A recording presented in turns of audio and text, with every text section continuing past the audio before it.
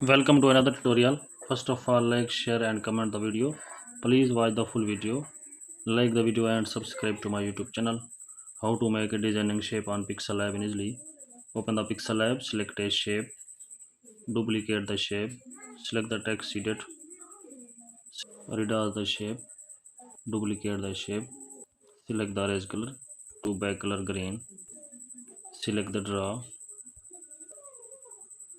then select another shape, change the color of shape, select the 3D shape, extrusion, select the text sheet variant, size the letter, font of letter, change the color of letter, duplicate the shape, select the color filter. Please like the video and subscribe the channel.